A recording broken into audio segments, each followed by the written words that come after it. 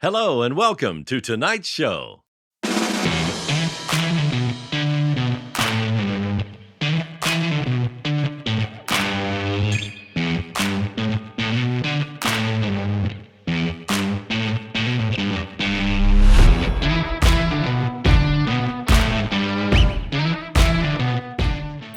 And hello and welcome to episode 216 of On the Bench, podcast for scale modelers by scale modelers, all about scale models. This episode is being brought to you by our latest Patreon supporter, Andy from Wisconsin. You too can be just like Andy and help support the show. Simply go to www.patreon.com/onthebench and pledge any amount from as little as $1 per week. Your contributions help with our hosting and production costs and are greatly appreciated. And don't forget, every paid Patreon supporter gets an OTB sticker and goes into our wonderful Wheel of Fortune for some fantastic prizes. All right, before we get on the show, let's have a word from our sponsor. Hi, I'm Scott, the creator and owner of the Scale Modeler Supply, Australia's largest manufacturer of hobby paints. Our premium airbrush-ready acrylic lacquer paints are designed specifically for use on plastics, with a comprehensive range covering all popular modelling subjects including military, aircraft, rail, auto, sci-fi and more. And not only that, but we also have a wide selection of essential hobby tools and now, Infinite Colour, our new range of water-based paints for miniatures. So to check out our range and to find your closest retailer, please visit our website at scalemodeler.com.au. So when quality matters, choose SMS Paints. Hello and welcome to the show. And in the studio, I've got Ian. G'day Dave, g'day Julian, g'day everyone out there in Radio Land. And of course, Julian. Good morning. How are we? It's not radio land. Come on, it's not radio. Podcast land. Podcast Land. Do you see where somebody called you guys the pod uncles? Well, he's a pod nephew. I don't mind that at all. You're pod father, I'm pod uncle, and he's pod nephew. Oh, there we go. Okay, that's going to stick now. I don't mind. I don't care. Gentlemen, how has our fortnight been? How's yours been, Ian? Busy. Yeah? Busy. I think I got an hour's worth of modelling in the last fortnight. Oh. Yeah, I just don't have much time these days. Oh, man. But, yeah. What about you, Julian?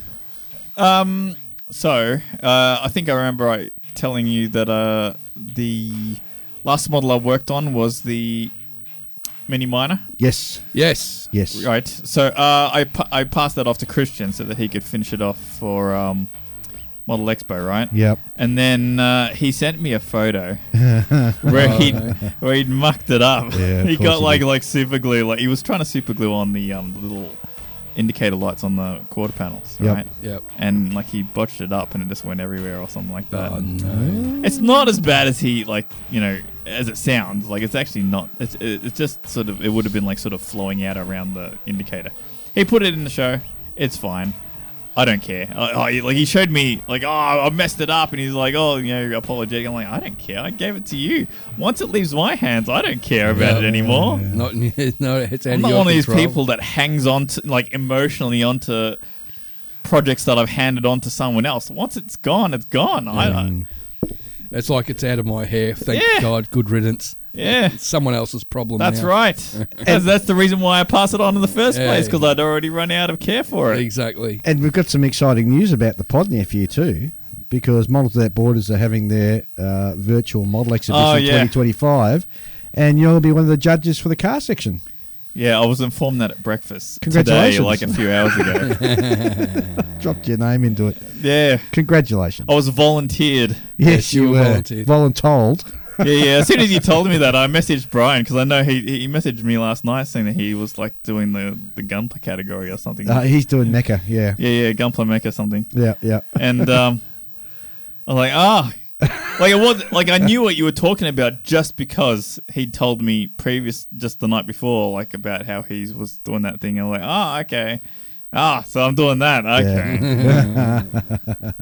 Okay. Well, we got. Look, it's not that bad. Like, it's not No. like I'm when it comes to like, stuff being put on my plate, duties assigned to me, kind of thing. I don't mind something as,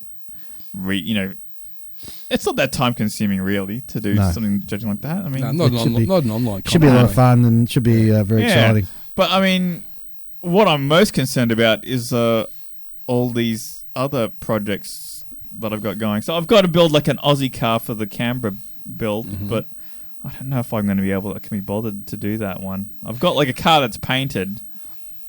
But I might just sort of finish doing the major paint work and then pass it off to someone else again. Well, and don't forget, we've got Interclub coming up in October. So you've had another car dropped on you. Yeah, that's been assigned to me as well. Well, why don't you do a really good job on that and you can take that to Canberra with you? Yeah, but remember there's that theme, the Aussie car theme. Ah, yes.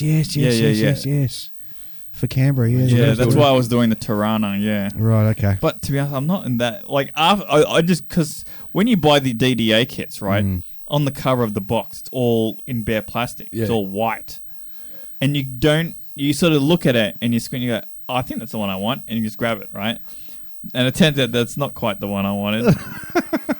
So which model Tirana did you get? I just wanted the one with the open mouth grille at the front, which I think is like a GTX or something like that. The old J like GTR. The better one, right? Yep. And then I've got like the pedestrian kind of coupe, where it's got like the sort of chromy grille that with little green.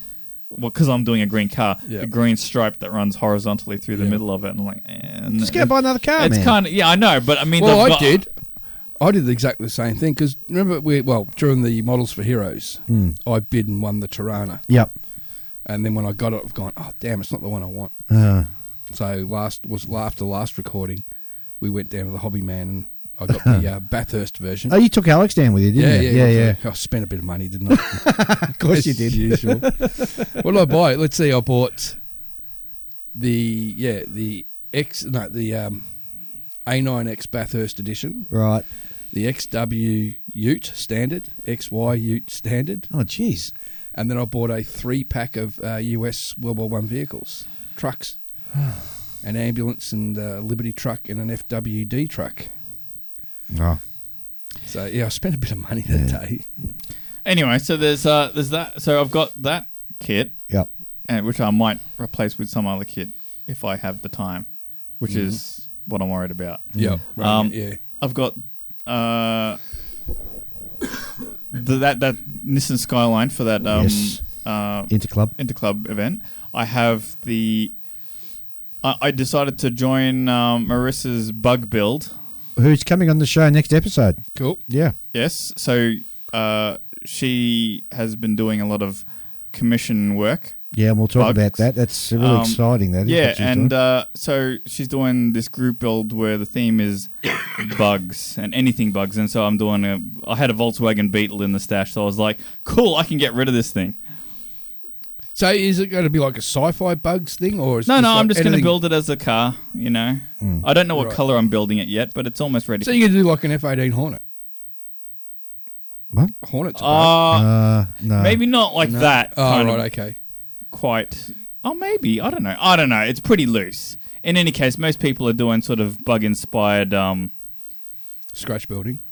No, but there are other things, For example, there are some quirky sort of Japanese model kits that are Stag Beetle... inspired sort of... Vehicle-looking things, and another person might do... Say Kamen Rider, if you know what Kamen Rider is. No. Kamen Rider is like, if you can imagine, like Ultraman. Mm-hmm. Or, it's one of those Super Sentai type shows, like Ultraman, yep. and Power Rangers and things Jaguar. Like that. Yeah, except basically the guy is like Grasshopper inspired. Oh, right, yep. And they were around from the 70s, right? And they actually get quite gory. Yeah, they did back then, those anime shows. Yeah, they get quite gory. Like, it's surprising. It's not like the sanitized things. Brutal, yeah. Like, my generation grew up with Power Rangers where you got like sparks coming off them, every time they get hit. But in those, no, it's just it's like they took their violence straight from samurai films, and it's got like the bloodletting. Yeah, that's what we grew up with, wasn't it, Dave? We did. That samurai show at 5 o'clock in the morning. What was the name of it? I can't remember. You used to get out of it. Was It's black and white. Yeah, and I used to love when they jump backwards into trees. Shit! I was no. Oh, What was the name of that samurai show? it was the it's black on and the white edge one. of my brain. Yeah, it's on the tip of my tongue. Anyway. Shintaro, is it? or something? Shintaro, that's right. Yeah, Yes, that was a great Shintaro. show. Yes, that was a great show. What? mate. Yeah. Anyway, so that's 2, Yep. and then I've got Lincoln Wright's thingy. Who we're interviewing later on. He's going to come on the show. That's right.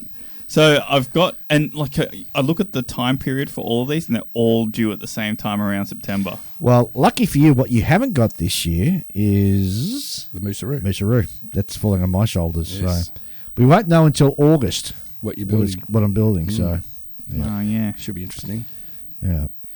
Well, for me, I haven't been doing much in the build room because of I haven't puppy-proofed my build room. So if I go in there, he's at the door scratching and crying because he wants to come in. And every time I open the door, he races in and grabs something and they'll go tearing. Because you know what my build room's like. It's a mess. You know, I've got stuff on the floor. So he'll just grab a kit box and I'll go chasing around the house. You know, say, drop it. So I've got to puppy-proof my build room so that he can go in there while I'm building. And as such, I haven't sort of... I've got a very similar problem You're with your cat. with the cat. Yes. The worst thing is the cat has a habit now of chewing on built kits. Oh. So the Sherman I built for the 48-hour Yeah. has been chewed on. Oh, no. It's Fence taken- has been it's removed. taken- Figures. One of the figures is gone. I've got no idea where this figure's gone. You know what you need to do? You should get those little plastic display cases for them. Yeah. Yeah. Or don't They let the then cat she'll in. just knock the whole thing off. Yeah. You know what cats are like. They go... And the worst thing is my dear old Ma has a habit sometimes of just opening my door Yes. while I'm at work, and I'll come home and there's just like stuff everywhere. Yeah. Like all my tools are on the floor, half chewed on. Oh, Gosh. So yeah, modelling at the moment has been a real struggle because as soon as I'm in that room, the cat has yeah, to. you be really there. need that completely cat has to be separated there. outdoor Yeah. building, don't you? Yeah, because the cat just needs to be there. If I'm in the house, the cat needs to be near me. For some reason, I don't no idea. Same with the But dog. once she's in there, Yep. she'll just climb on things she's not allowed to. Yeah. Like I'll be trying to work, and next thing you know, this cat jumps on the bench in front of me. It's a pretty young cat, isn't it? Yeah, she's about a year old. Mm. And she's at that age now where she's testing the boundaries. Becoming a teenager. I'll be freaking bananas. Dude. That's why I said I'm getting hardly any building done. And what I'm building on, I'm having to repair the following week. That's hilarious. I shouldn't laugh. I shouldn't laugh. But there are steps you can take to safeguard these things, right? Oh, yeah, they close the door and then after a while have a big hole because the cat's been scratching at the door for the past 4 hours, meowing its head off. You know what you need? You need one like a very small cabinet that you can put things in while they're not being worked on. Yeah. Just close it up, yeah. Yeah. Yeah, to sort you out. Before we get into listener mail, I just wanted to make a comment on my favourite day of the week. And Monday? No, it's actually a Friday. Yes, and Friday at 5 o'clock. No, Friday 5 o'clock is well, the best time of the week because that's the longest time before I go. more back to work. particularly every Friday fortnight because I go to Model Club on Friday night. The Kentucky Hayseeds usually drop their episode, so driving to Model Show, I can listen to Kentucky Dave and Mike rattle on about model stuff, which is really cool. I get to Model Club, sit with all my mates and talk about models and have a pizza. Then I drive home, finish off the model podcast, get home, and then sit down and watch on YouTube. We've got a good mate, Clayton Ockerby. Yeah, his show. Yeah, well, he went to Japan. Yeah, Shizuoka. Yep. And he had a great time over there. And he's got some plans for next year, which is very, very tempting. But I'll leave that to him to sort of talk about. But and then of course on Saturday morning, I've got you guys coming over to do the podcast. So Friday fortnight is one of my favourite days. Good to hear. Yeah. I can see how that would be, yeah. It's also, it's like, I remember when I was a young'un and I used Back to in the have, day? Yeah, back in the day. I used to have, I used to be in the Air Training Corps, which is like the Air Force cadets. Air League. And no, it's slightly different, but similar.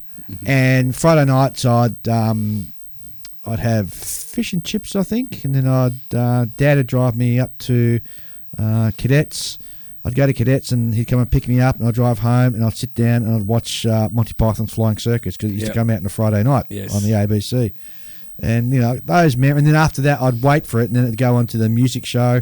Not No, it wasn't Countdown. Top it was, of the Pops. No, it was something else. It was with Lee Simons. And, I'm scratching.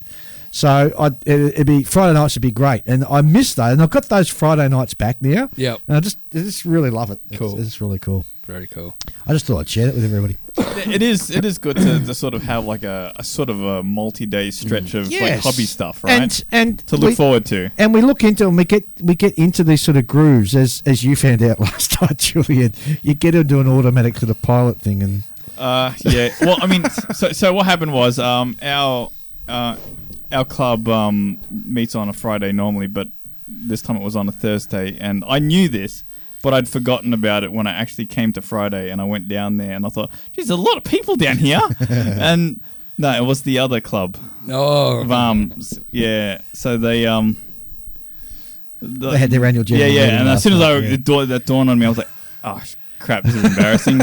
Get back in my car and nick off, And as I'm leaving, I saw one blue Renault. And that's Dave's car, because he was there to, sort of because of the whole cooperation between the two clubs kind of thing. He was there for... So that club that we actually share the rooms with is a gliding club. Radio control gliding club. And the funny thing is, there's me sitting there and Christian sitting there and all the other guys from the club there, and we're the only ones who are looking at our phones. All the rest were that old that didn't have phones that they're sitting looking at. No, that's not... Youngins. That can't be true. It's true. Like, I reckon that generation uses phones more than anyone. Well, maybe they were more polite than Christian and I were. They just do the thing where they'll sit back in their chair, they'll slowly pull out their glasses, peer down their nose at their phone. Yes. Yeah, that's how they do it. Like, I've seen my old man do that all the time, Well, getting back to modelling subjects. Yes. Yes, tell me. You got a couple of things that you I bought along. a couple of things with you. Get some show and tell. So I can't remember how many months ago, but I ordered from a great company called 3D Wild. Mm-hmm. They do 3D printed naval subjects. They've just released it's a local subject to us, and that's His Majesty's Victorian ship Cerberus. That was before Australia became federated. Yes, so our Navy was up to the state run, not run. It's a lovely kit, 3D printed kit. 1/350 scale, so it's not all that big. It's a breastwork monitor. And it also comes with a 1:144 scale turret as an extra. And also, while I was there, I bought a couple of Civil War submarines, the Hunley, which you get two, and that's a small kit, and 1:350. The Hunley, it's tiny. This is a really, really nice. It's model. Like, to be honest, it looks like the part of another kit. Yeah, I know. Like a single part. So small.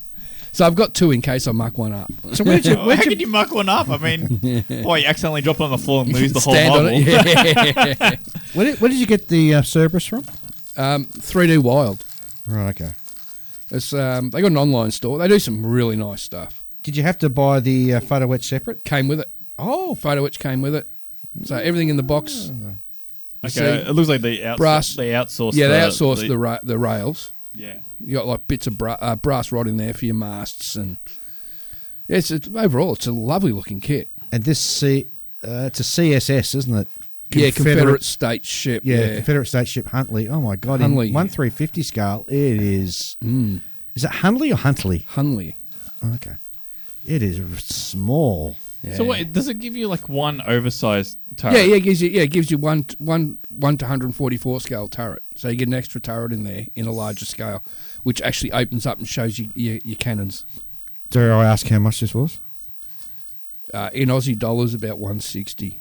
Jeez, that looks gorgeous. I think I might go and pull the trigger on that now. The good thing is I've got the old Combrig one as well.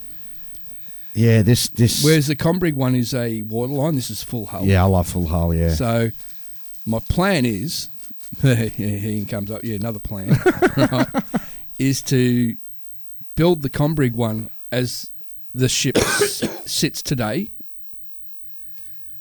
Right, Yep, so yep. as the wreck, and then build that one full hull as it was. I've got to buy that kit. I when you told me you bought it, I thought, oh, geez, that's a bit steep. But now that I'm looking at the kit, it is gorgeous. It's beautiful, isn't it? And what amazes me, because it had such a low freeboard, yet they sailed it from England to to Australia. Yeah. And that's back in the 1800s. Yeah, and it was, and they sailed it. They didn't. It wasn't under propulsion. It was wind powered. Oh, really? So when they got it to Australia, they had to pull the mast down. Oh, wow, okay, that's interesting. Very cool. But, and the great thing is, it's still around. Not much left of it. It's full of concrete and sitting out in the bay. Yeah, as a breakwater. It's just a wreck now. It's just a slowly breakwater, breaking yeah, up. which is a real shame. It is. But yeah, that was my latest acquisition. Very good. I'm very jealous. And where did you get the Hunleys from? Same company. Same company. Yeah, I thought Okay. while I was on their website, I thought, I'm charging $10 US for that, and I'm going to I'll grab that. It's as going to be well. hard to paint. It's so small. What's one colour? Yeah, but still, it's so small. One colour. They're actually even smaller than the Japanese midget submarine that I've got. That's bigger. Yeah. I mean, I'm tempted. The only smaller submarine I've ever built was the Beaver in 1 to 350. All right, we've What got was- some... What was that? The Beaver? The Beaver, yeah. It rings a bell, but I can't. Yeah, it's about as big as me thumb. Right. It's tiny. Okay, listener mail. All right, yes. Let's roll into that. And first one comes from Andrew Lance, who writes, "Hey Benchers, I was one of your first listeners back when the podcast came out. I took a fairly long hiatus from the hobby and just came back this year. I was so happy to see that you were still going strong and you were still taking the piss out of poor Julian. How he puts up with you two." I've grown up with this sort of thing, so it's fine.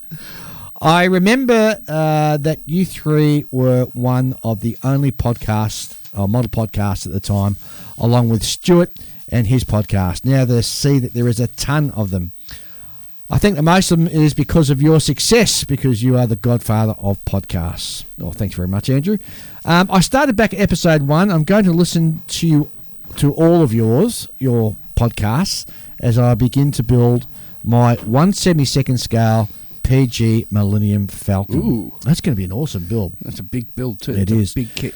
Glad to be back and glad you are still going strong. Well, Andrew, we're glad you're back into the Yes. hobby, and we look forward to seeing the And progress. we want to see some build shots on our Of that. Facebook page. Yeah, perfect grade Millennium Falcon. Also, again, we can't be held responsible for anything that was done in those early episodes. God. Oh, jeez. Alex, Harry. Excuse me, Alex. Hello, guys. My name's Alex, and I'm getting in touch from sunny England. I've been building models since I was introduced by my dad when I was around 6, and have now gotten my oldest son, who is also 6, into the hobby. Hey, way to go, mate. I'm glad to say, since lockdown, I have become fully involved with the hobby after a long break and try to dedicate as much time as I can to the hobby as is possible with 3 young kids. Oh, that's a tough order. Yeah. Anyway, I had a question for you guys. I wanted to ask about what your process for cleaning your airbrushes is. I used to have incredible issues with airbrushing and put it down to thick paint and poor airbrush cleaning. Since then, I seem to find myself fully disassembling my airbrush and going through about 10 thinner soaked cotton buds after each colour. This seems excessive. How do you lads do it? I love the pod, and you guys are a great soundtrack to my long drives in the car whilst the kids and the missus are asleep. Keep up the good work. P.S. Dave, I did hear in a recent episode that you were in emergency service. If so, I'd love to swap a patch as I work for the Royal Berkshire Fire and Rescue, and I'm always up for swapsies. Alex, no worries. I'll reach out to you and we'll get those patches swapped. So, airbrushes. What's happening? What's going wrong? What do you think that Alex could do to improve? Well, I think you probably clean yours more than Not as often as Alex. No, but you. Once I do a colour, I give it a blowback and a good clean out with cotton buds. When you say a blowback, explain exactly. Well, basically, just put my thinners in there, spray it through, pull the needle back, shove a cotton bud in the bum, in the nozzle section, press it down, and bubble it back into the cup. Okay. Do that a few times. Once I spray it and it's coming out nice and clean, no worries. When I've finished my project, then I pull it down and I put it in the sonic cleaner with some methylated spirits for about 10 minutes, and that comes up spotless. Absolutely spotless. I do far less than that, so I'm at the far opposite end of the spectrum. So you got one of those airbrushes just coated in paint. It's not coated in paint. But it's that not. drives me bananas when I see that. You see a spray gun or an airbrush, and it's just absolutely coated in paint. It's not. So mine's not coated in paint, but it does have, because especially since I pour the paint pot directly into the cup of the airbrush, right? Well, you do that with SMS paints, and I mix it in there, right? Which is considered the barbarian thing to do. Mm-hmm.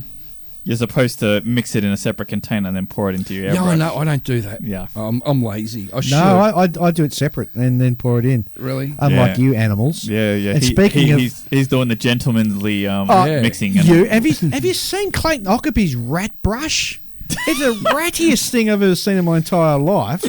Is it? Yeah, it is, and it's like Ian says, it's got paint stains all over it, and mine's just got like some sort of heavily thinned out, some slight color discoloration. Patina. Yeah, and then it's mostly collects in that little corner where the bowl attaches to the body. Mm-hmm. Yeah, so basically what I do is I do the flush through thing like Ian does. I do it twice every time. I don't do it until it's clear. I just do it twice because that's close enough. Yep. Right? And then when I finish up at the end of the day, I just do the same thing and I don't clean. I don't do it. I never do. I do a full tear down only if I actually have trouble with the trigger mechanism where it's starting to stick, and when you press the trigger down and it doesn't come up on its own properly instantly, or when you press the trigger down, pull it back, and it just doesn't move. Yeah, and to be honest, that's not actually... That's usually when you've left it too late. Well, that's not usually when an issue of paint being in the action or anything. You can completely tear down the airbrush trying to chase this down, and it won't actually affect anything. It means that you need to lubricate the trigger mechanism. Yes. Right? Like, to me, it will sell the little greasy stuff that you can put there. Yeah. That'll do it, and you'll be back to running back normal. Yeah. To be honest, my belief is that the more often you pull down your airbrush, the more chances are you have of damaging something like bending a needle or something like that. Yeah, well, usually when I take my needle out, I always stab it into a bit of foam. Okay. So while I'm not cleaning it and it's just on the bench, even if it gets knocked off the table, the tip's still protected. It's a little bit of packing foam or something. Just I jab it in there. I get it, but see, you can't bend the needle if the needle's in the airbrush. Is my thought process. You can. Well, I mean, if ask me how I know. Yes, you can. You can, but it's far less. It's not like if you take the needle out, that's the only time you're gonna go and fumble it and drop it on the floor, right? The worst I was house sharing years ago, and I had this really nice airbrush, and one of the guys I was sharing with borrowed it, pulled it down, and used the needle to try and get into a locked cabinet. Oh, what? Yeah, by the time... the barbarian. Yeah, and the needle was the end of the needle was like an S shape. Yeah, that's how it ends up, yeah. And it was like, what happened here? Oh, I thought it was going to... You freaking ruined me airbrush, mate. Hey, I made him buy me a new airbrush. But another thing, sorry, I'm just going to jump in. But another thing with airbrushing that I do is I never use the same airbrush for colours as I do for metallics. Yeah. I have a separate airbrush for metallics because I always find no matter how well you freaking clean that airbrush out after you've done a metallic coat, you put colour in there, you start spraying, all of a sudden little sparkles pop up. Yeah, I think I'm starting to feel that a lot of people are in our boat with that because... Even if your metallic airbrush is just a cheapo airbrush. That's right, yeah. My metallic airbrush is not like the world's greatest airbrush. Yeah. I've got two really, really good airbrushes for me. I've got the the one that Julian put me on, the Gunzi. Mr. Procon one. Yeah, 750 or whatever it was. Yeah, that's the 0.18 millimeter needle. The really fine one. Yeah, that's the one I do not want to take the needle out Yeah. of, because I know that the moment I do, the chances of it getting bent goes up significantly. Actually, I had that problem. The needle somehow got... I don't know how I'd done it. but Exactly, right? I damaged the needle. Your piece of foam's not saving you. Without taking it out of the airbrush, I damaged the needle. Oh, okay. Do you know how long it took me to get a replacement needle for that thing? Yeah, I imagine. Nearly 12 months. Yeah. See, like, this is why, when it comes to beginners, I'll always recommend a 0.5 needle. Yep. Because it can do almost anything that a 0.3 needle, but it's so much more robust. And as a beginning, you're not going to be doing fine airbrush work. Yeah, you can be so rough with a 0.5 needle, and it'll just take the abuse all day. Yeah. Like I've got, for my big jam jobs, where I've got to do a hull of a ship or something big, like a big clear coating, I've got a super cheap Autos big airbrush with a big pot on it. Oh, that right. thing works cheap. That's like a $30 airbrush. And Okay. it works an absolute treat for that. Well, I want to go back to the original email. So Alex actually said that he put his issues down to thick paints, and I think you got to sort of start there as to what paint you're putting through, and how well you've thinned it. You've really got to thin your paint down. Yep. There's very, very few paints. I know. Look, SMS you can pour from the bottle and it'll run through, but even SMS paints where it's ready to pour and spray, I'll thin that down 50% as an absolute minimum. If really, not, even further. Yeah, I don't do that. No, me neither. Straight from the pot. Straight from the pot. From the pot. And well, only because I listen a lot to Samo and over at the Geeks, and the way he does his painting, and it's really, I mean, sometimes he's got like ratio of 10 to 90 or 20 to 80 paint to thinner. Jeez. Because he uses the opacity to sort of creep up onto his colours. So multiple coats. Yeah, multiple coats. So, I mean, well, and as a general rule, you should never be able to get full opacity on a single pass. Yeah, no, that's right. That's right. And so I'm just wondering if Alex is not thinning his paint enough. Yeah. And that's where the first issue is occurring. Secondly, I'm a cross between Ian and Julian with my airbrush cleaning. Every colour I put through, I'll give it a quick flush. Yeah. Until it runs clear. Yep. And then I'll do my next paint but if I'm stopping for the day, I'll do my flush and I will take out the needle, and I will give it a wipe and a clean and put it back in. Run one quick clear through again. Clear or thinner? Thinner, sorry. And then put it away, because I find otherwise that way you don't get the build up on the needle, which seems for some reason to hug the needle more than anything else. The last thing also is airbrushes aren't supposed to run forever and ever and ever without you redoing the seals.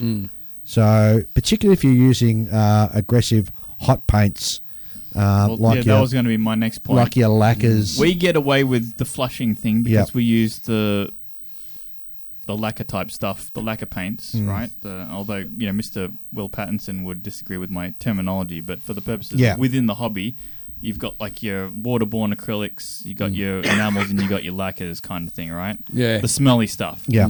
And we get away with that because the thinners, as soon as it hits dry lacquer paint, it will liquefy it. Yeah. Right? So whatever goes in can always get washed out. Yeah. But you're not going to be able to do that with, some of the other types of paint out there. Yeah, like enamels.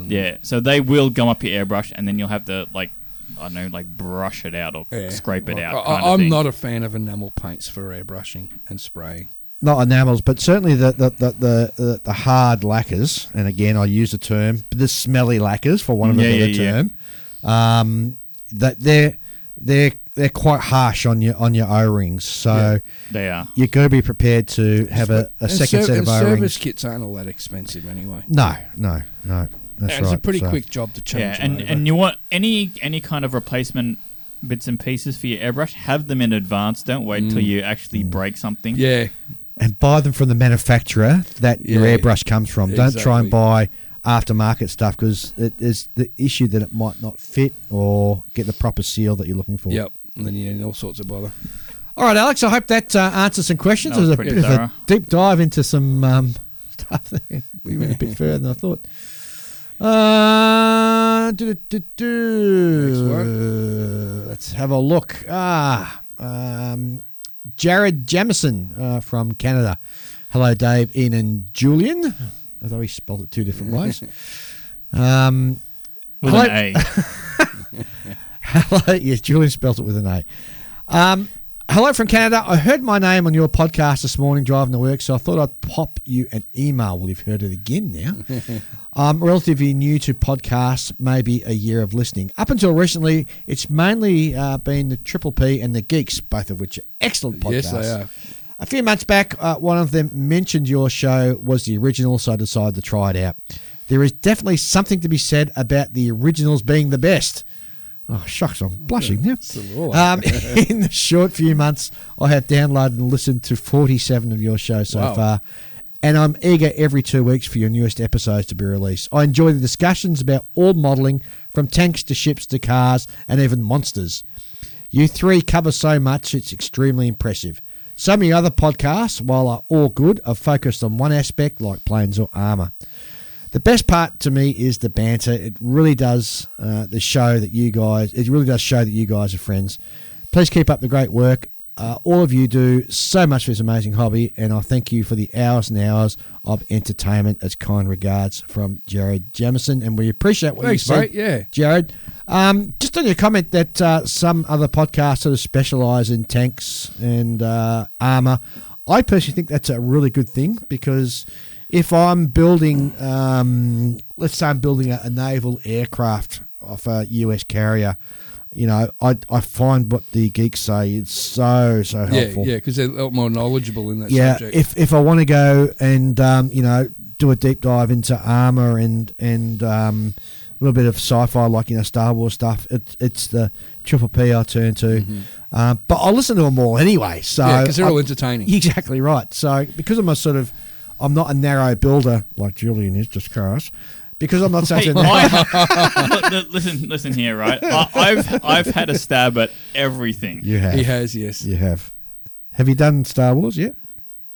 No. There you go. But I've done science fiction, and that comes under that genre. No. Star Wars is a documentary. It's not science fiction. It's a documentary. A documentary.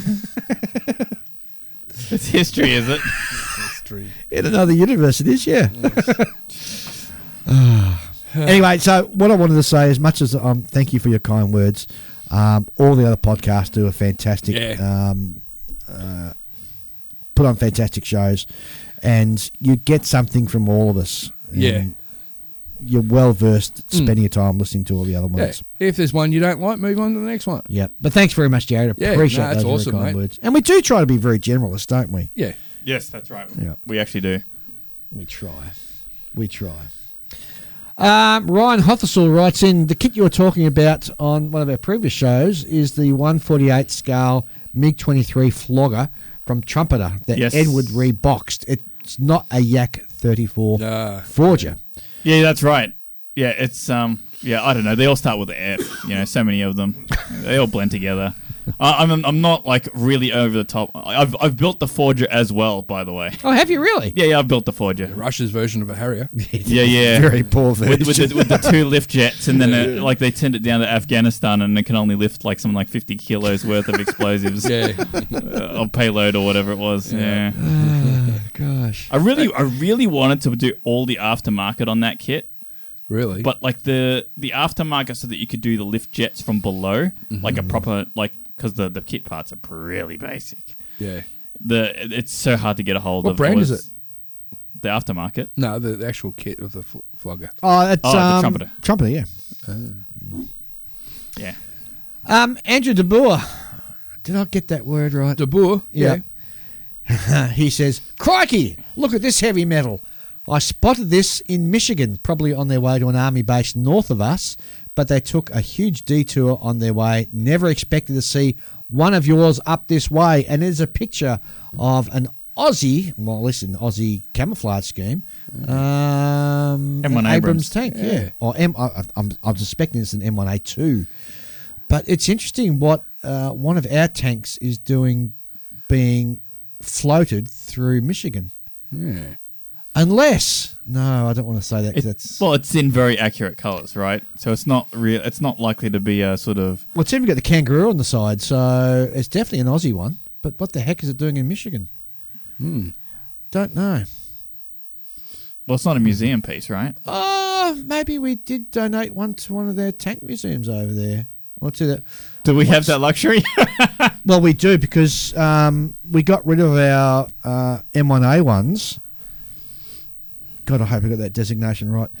And replaced them with the latest version. And so we're sending 40 odd to, I want to say, Ukraine. And the rest, I think there's a couple being used for training. And I'm pretty sure one or two of them will actually go off and be used as museum items. I know hopefully the School of Armour will hang on to one up at Puckapunyal. But I'm wondering if one of these ones is being sent to somewhere in the US. Because, let's face it, guys, the Ozcam is the sexiest camouflage you've ever seen on a tank. It works. Is it not? It works. It's better than just overall green or overall You know what? desert tan.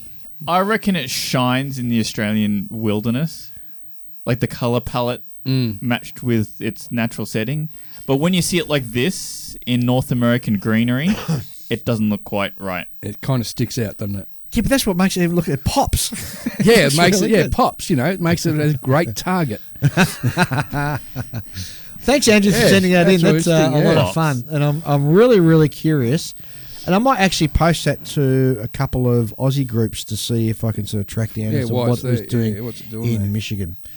Well, that's it for our mailbag. Of course, we love hearing from you. You have two ways of getting in touch, well, three ways of getting in touch with us. You can send us a message on Facebook. You can send us an email to onthebench64@gmail.com. And don't forget, we've got SpeakPipe. Yes. Please use SpeakPipe. It's costing me money to have it sitting there, and I want to hear what you guys got to say. Yes, want to hear it from your own voice.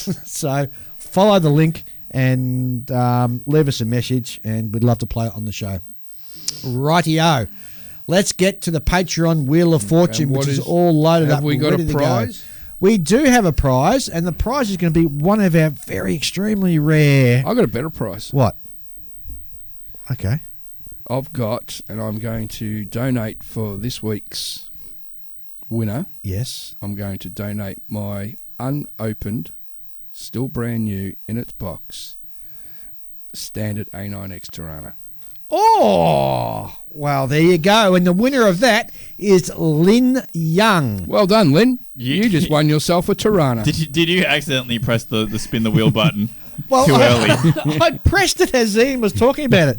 So, Well, he interrupted you. Kind of. Lynn, you've won yourself a fantastic DDA Australian Tirana. Yep. Which is a lovely sort of, it's not a muscle car. Yeah. It is muscle car. Yeah, Aussie it's muscle car. Aussie muscle car. So we really hope you'll enjoy. Well, we know you'll enjoy that. So I'll reach out and get in touch with you, and we'll organise to get that shipped out to you. Yep.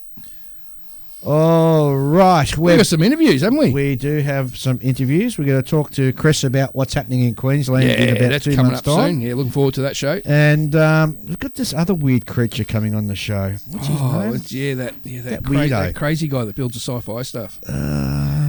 What's Is his it name? Lincoln? Yeah, It might be Lincoln. The missing link.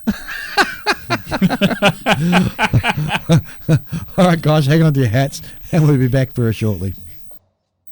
Models Without Borders is proud to announce the launch of its first ever global online event, Virtual Model Exhibition 2025, or the shorthand version, VMX 25.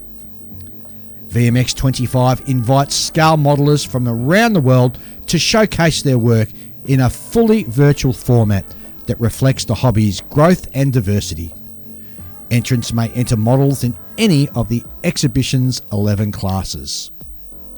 Registration, which will cost $10 US, will be open from the 1st of August until the 15th, and each participant can enter up to 5 models. Builders can choose whether each model is evaluated, display only, or both. Evaluations will use MWB's skill-based system, which considers the modeler's goals, experience, and craftsmanship. The system is designed to support growth, celebrate creativity, and recognise achievement across all skill levels, without comparison or competition. VMX 25 winners will receive a unique gold, silver, or bronze awards or a certificate of merit. VMX 25 will take place after registrations are complete, and for updates please visit www.modelers, that's with 2 L's, modelers.org, and subscribe or follow Modelers Without Borders on social media.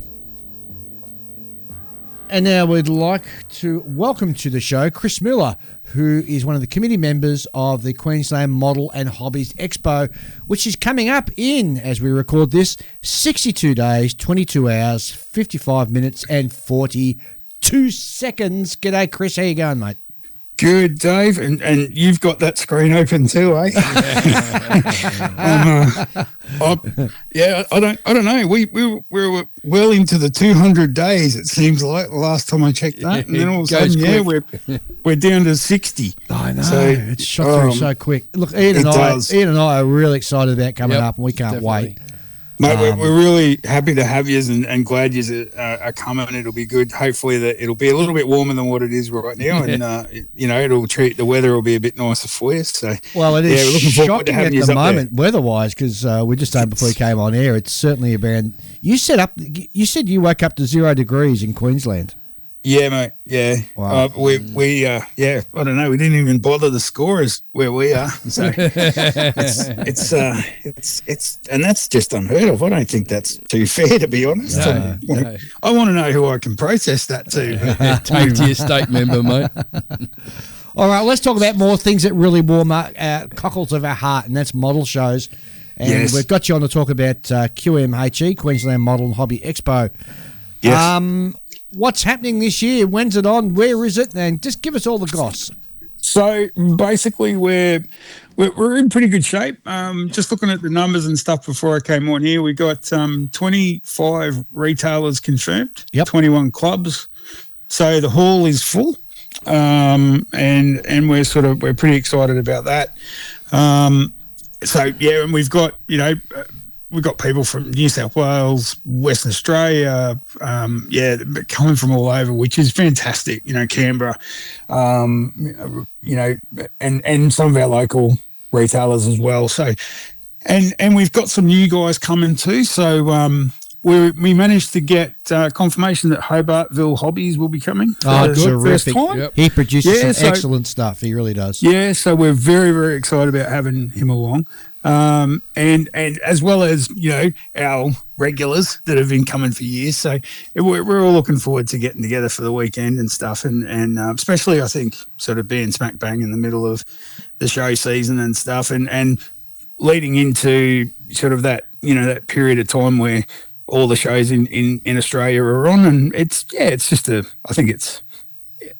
good vibe, and I think we're the committee's sort of, apart from running out of days at an alarming rate, where everything seems to be pretty much on track. We've been doing it for a couple of years now as a group. So, and Dave's Dave DeRike's a good director, and he sort of keeps us, marshals all of us and gets us in line. So keeps us where we're, on track. And everything's sort of going well. It's we've had a few. We had, as you know, last year, we had Neil from Hong Kong Models come. Yep. He can't make it this year, but we will have a HK display there. And we've got, we've got sort of the regular, a lot of, I think I've just got to speak to Scott from SMS and just confirm if he is coming. I believe he is hoping to. I'm just not sure yet. But yeah, so if we have a few sort of not there this year that were there last year, we're kind of hoping that next year being our 30th as well, we're kind of putting a lot of effort into that as well. So, I've got some bad news about your 30th, because I won't be able to make it. Yes, okay. I'll be over in the US, because their Nationals is on in August as well next year. So okay, major clash, yeah. No, well, look, mate, that's, we can't win them all, and look, it's just having you guys there last year and having you there again this year is amazing. So we'll take whatever we can get, and stuff in regards to people attending and coming to the show. So, and look, if you're overseas and if the boys, I don't know, are you and Julian going as well, Ian? Not too sure at the moment yet. Ian's coming this year. Julian's not coming this year. Yep. I'm coming this year. Yeah. As to next year, who we don't know. We'll have to see. What happens. Yeah. Well, we can always get 1-to-1 scale cardboard cutouts and put you on. That's right. You can on the stage like we did last year. Yes. And have you there in spirit. So yeah, we'll find. But it's one of those things, mate. There's a lot of shows on. There's. And like Canberra's going great guns too, like with all their announcements coming up, and that's where they got guys, companies from overseas coming as well, and that can only be a good thing for us over here, and for the hobby in Australia, So exactly. If so you just got to roll with the flow sometimes. I think you do. Totally agree. Let's get down to brass tacks, shall we? And actually figure out and tell people how they can enter and all the rest of it. So, and of course, and more importantly, where and when the show is. Okay, so the show is on at the Ipswich Event Centre at 81 Warwick Road in Ipswich in Queensland. It's on the August. Now I'm down to. I've got days in my mind, like 62 days, but I don't know exactly what the date is yet. It's this. I think it's the 16th and 17th of August. It is correct. It is indeed the 16th and 17th. We'll kick off about 9:00 on both days. We've got a couple of things we're going to sort of mix up a bit with the competition and the award ceremony to try and shorten that a little bit, because we know that, sort of getting to that last day, people want to, pack up and go home. So we're going to have a bit of a tweak of the award ceremony, hopefully. Oh, yeah. And competition categories are pretty much the same. We did make one small change, and the competition entries are open. You can actually jump on the website now and register. We aren't taking entries on the day. We didn't take them last year. We did it all online. That's right. And we're doing that again this year, because it just makes it so much easier for the CompSec and the chief judge to not have to be up till 3:00 Sunday morning, sort of vetting everything. Yeah. So we'll be we're doing that again. So we encourage everyone to get on there and register their entries at qmhe.com and go to the competition tab and register. Even if you don't turn up, it doesn't matter. We'd much rather people register 600, 700, 800 models and turn up and have 500 turn up than have people unregistered turning up on the day. It just makes it really hard. So one other bit of news we've got is Hobbies Australia have been supporting us for quite a long time. We're actually going to have a display from them this year. Oh, wonderful! So they're coming up. Yeah, so that was a nice surprise. We because they're sort of B2B, they kind of support the businesses that trade there. But this year they're actually having a display, because Andrew Hill from Hobbies Australia was down in Melbourne recently. Yep. So he's confirmed he's coming up and putting on a display. So it'd be nice to have them there in a sort of an official capacity to support their retailer network and show off some of their wares. So there's been a few things happening, sort of a bit different to last year, and we'll see how it goes. But hopefully the show's, sort of still successful and enough people come through the door and there's enough interest in it, and that's all we can really hope for. Well, as I said, we're really excited. We're excited to be able to catch up with some of our guys from up in Queensland. So, the likes of Chris Becker, Paul Gloucester, Stuart Rolfe, of course. Yep. And just to name just a few of some of Australia's top modelers.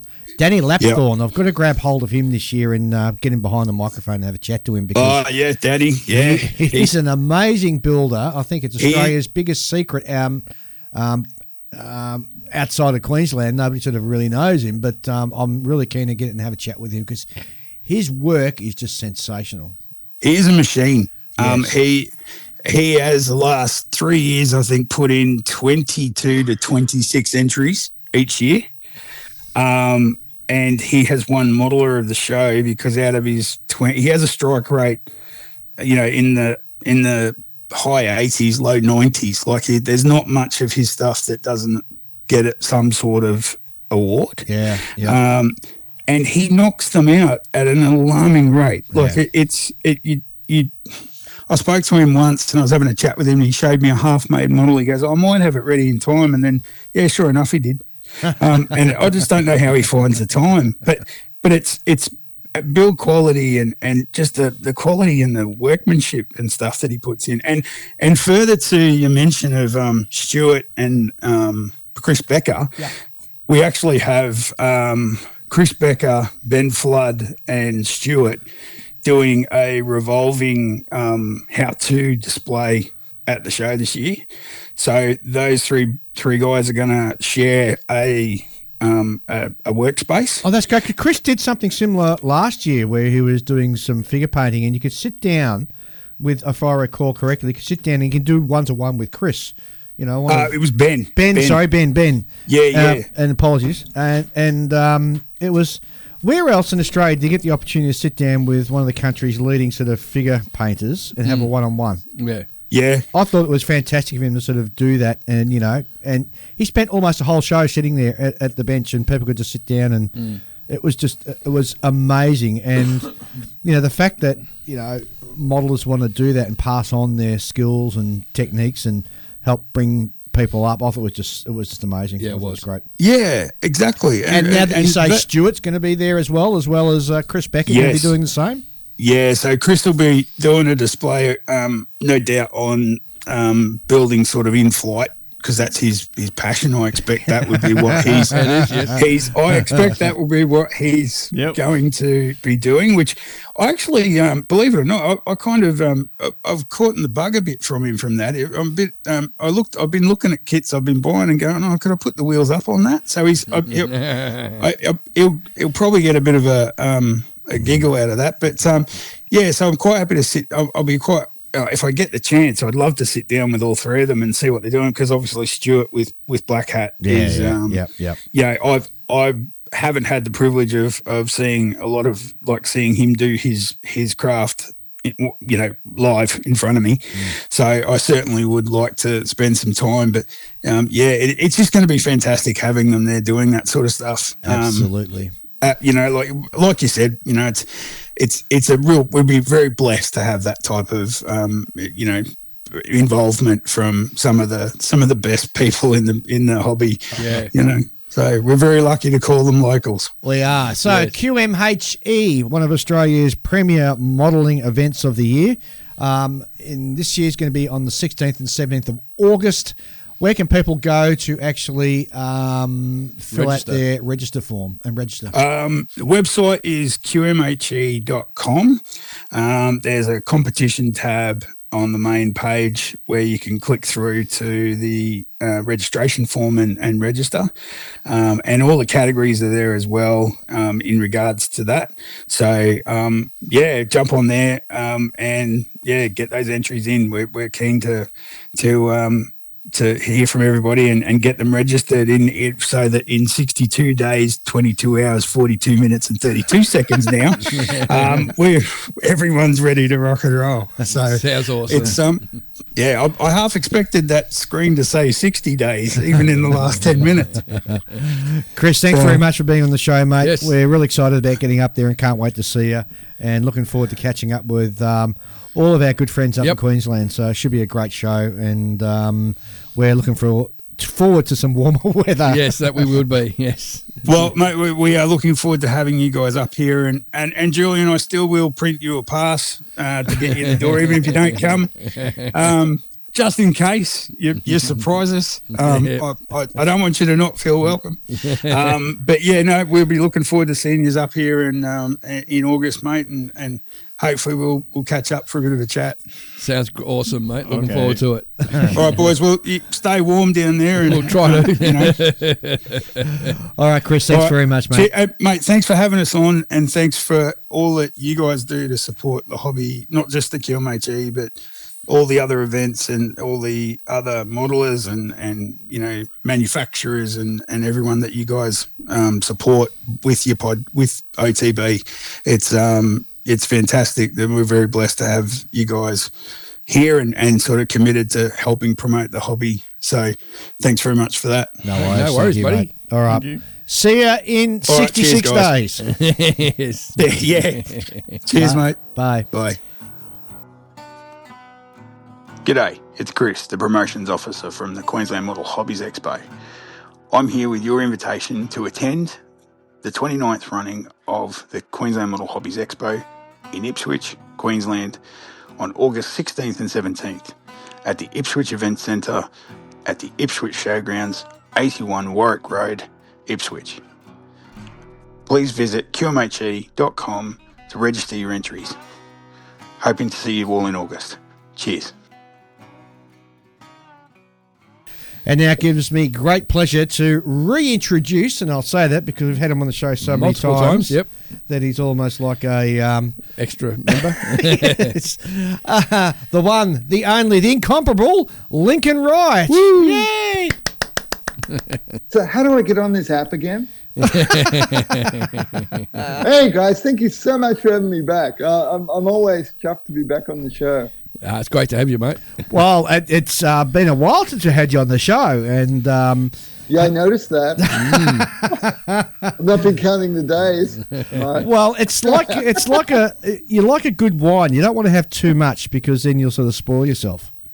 No, you guys have been going big with all the different stuff on the show. So, and I've got better things. So I couldn't keep a straight face and say that.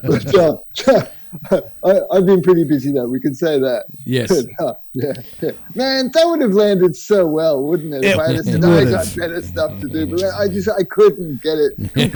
The best thing about a live podcast sort of take is that we can't do redos. Can That's we? right, mate. It's out there. You can hear a smile. You know? Right. Well, the funny thing is, I say that I can cut that, but 9 times out of 10 I'll leave it in because it's funny. No. I mean, I've been on the show and met you guys and talked with Dave enough that I know you can edit the show, but.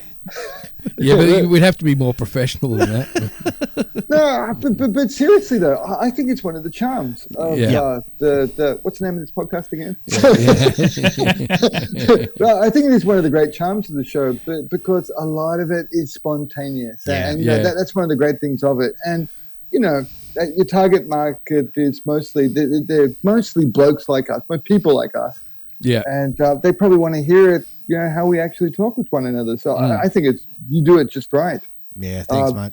There's always that chance to sanitize something too much. Yes, I agree. All right, sorry. Well, who the hell am I? I saw this interview with Will Smith the other day. He's trying to since the slappering. Oh yeah. He's making a bit of a comeback with trying to pretend to be nice to people. Sorry, Will.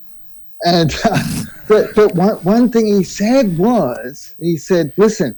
If you listen to people giving you advice about the thing you want to do and they've never done it, that makes you crazy. Yeah. Don't drink that poison. And I realized, wait a minute, I was the poison schlepping guy there. I shouldn't be telling the people who do the thing how to do the thing.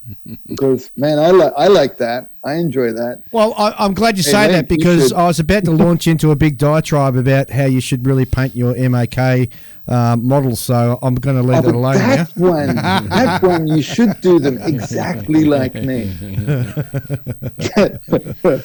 So for the listeners,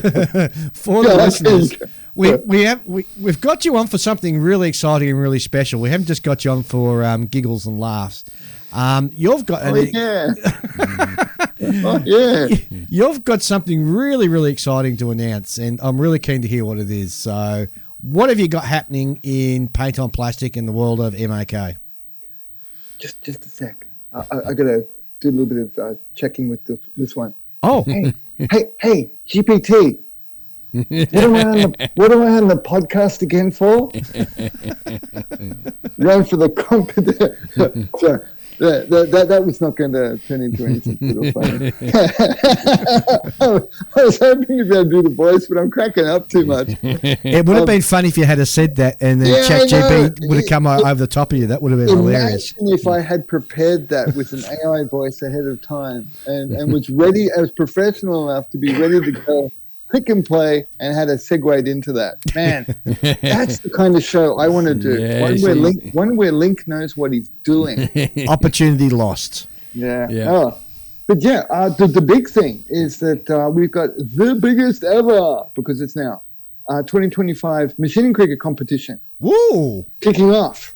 I'm throwing that out there for the internet, and it's already gone. It's about double what the last one was. Wow! And this would be maybe the 5th time that I've offered this, and it's been a bit of a lull. So apologies for not being able to crunch them out every year. But shame on you! Shame! Offer free stuff more often, more regularly, monkey. Get out there. But so I'm much more prepared to offer it professionally as well, which is really cool. I'm quite excited, and obviously the audience is too, because we're up to about already. I just clicked it before I came on the show. 190 soft signups. It hasn't actually started yet, but I've offered the rule set and a little place where you can put in your intentions to be on the email list, and that's 190 signups. Wow! So this is an online competition run by Paint on Plastic for MAK. Yes, correct. So Machining Krieger, so long as it says Machining Krieger on or near the box, or you write it on there yourself, you're good. It's free. That's a joke. Mm-hmm. But I do get a couple of people say, "What? So no SF3D?" And it's like, "Oh, come on, that got rebranded. Make it okay." So no Sherman tanks, no ME 109 Messerschmitts. But the thing is, we've got a humor section, so I think you could make it work if and you made it funny in a certain way, like if you scrolled MAK on the side of your M4 turret side. Sorry, I was trying to say turret side, the same word. I've been watching too much Jackie Chan recently with the kid. I think it would be funny and good, but if you want to stay safe, though, just a Machining Krieger kit is probably the best way. And it's free entry, it's global, and it's online, so very low friction, no real barriers to entry there.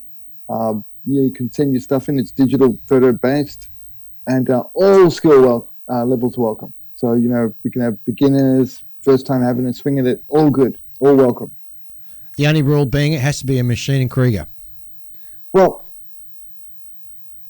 I hate saying yes to like having it like be only that, but I am doing it to promote Machining Krieger kits. Exactly right. So that is then that would be the way that you do that. If you say, tell me a kit's okay too. Yeah, Dave, he is the MAK guy. It is his stick.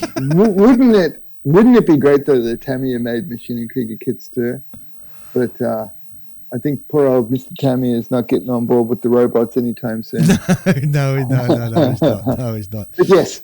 If you the really basic draw on the rules is that Machining Krieger kit, and we'll be kicking off from the first-ish of July, however that falls on the calendar. Yeah, I try to kick things off from weekends because most of us mere muggles want to have things starting from weekends, don't we? So exactly how does the competition run? When does it run from and to? And give us all the important stuff that we need to know. Man, the exactly word. That's a microaggression, Dave. Oh, I'm not being aggressive.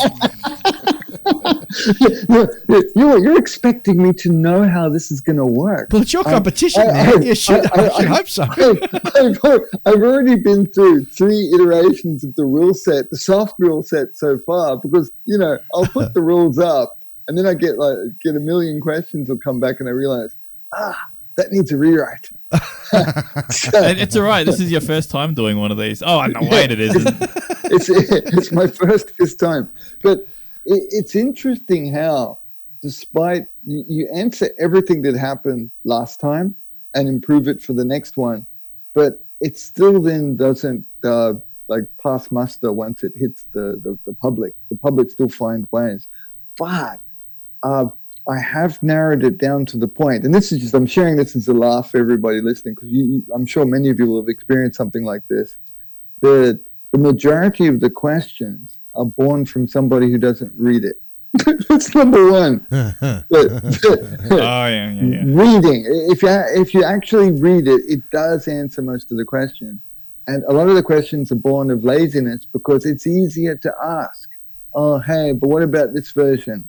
You know, can I also do this thing and put an extra leg on it? So, well, again, that's all part of the rule set. I've spent quite a bit of time honing and improving that. But simply put, you just need a machining cricket kit. I think I've got 5 categories: suits, the larger stuff, vignette diorama, humor, and something I can't remember. You know, if I was a pro, I'd have the rule set open in front of me, wouldn't I? Well, you would. And I've clicked it, and I'm stalling now whilst I open it so that I can read it. You know, it's a good thing that like the people higher up than you in the MAK scene, whoever they might be, aren't actually like watching this or reading this or listening to this in English, because they would know how badly you're dropping the ball. Yes.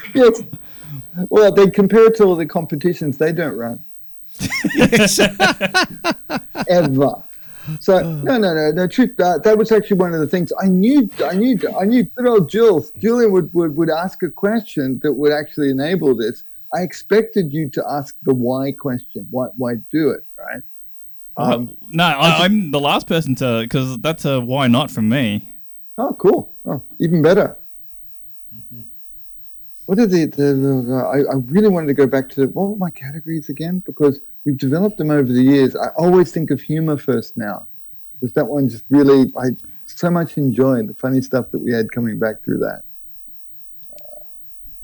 And I'll put some thinking music on while you're sort of... Yeah, I know, right? So a while back, I actually was talking to Dave, and I said, "Oh, yeah, you know what? It'd be cool to like do like a group build kind of thing with MAK with Link and all that sort of thing." And I just left it with him, right? And then I heard, "Oh yeah, apparently there's something going to be going on." Only